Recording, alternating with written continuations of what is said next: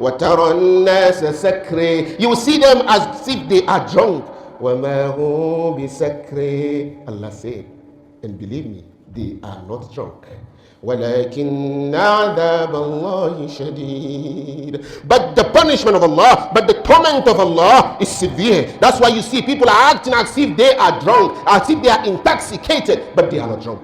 Allah said, be mindful of that day. And on that day, I will be running away from my mother will be running away from me.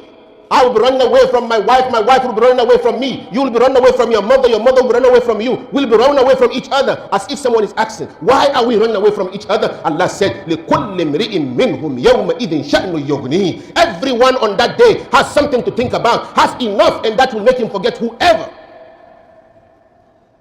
So be mindful of that day. Remember that day.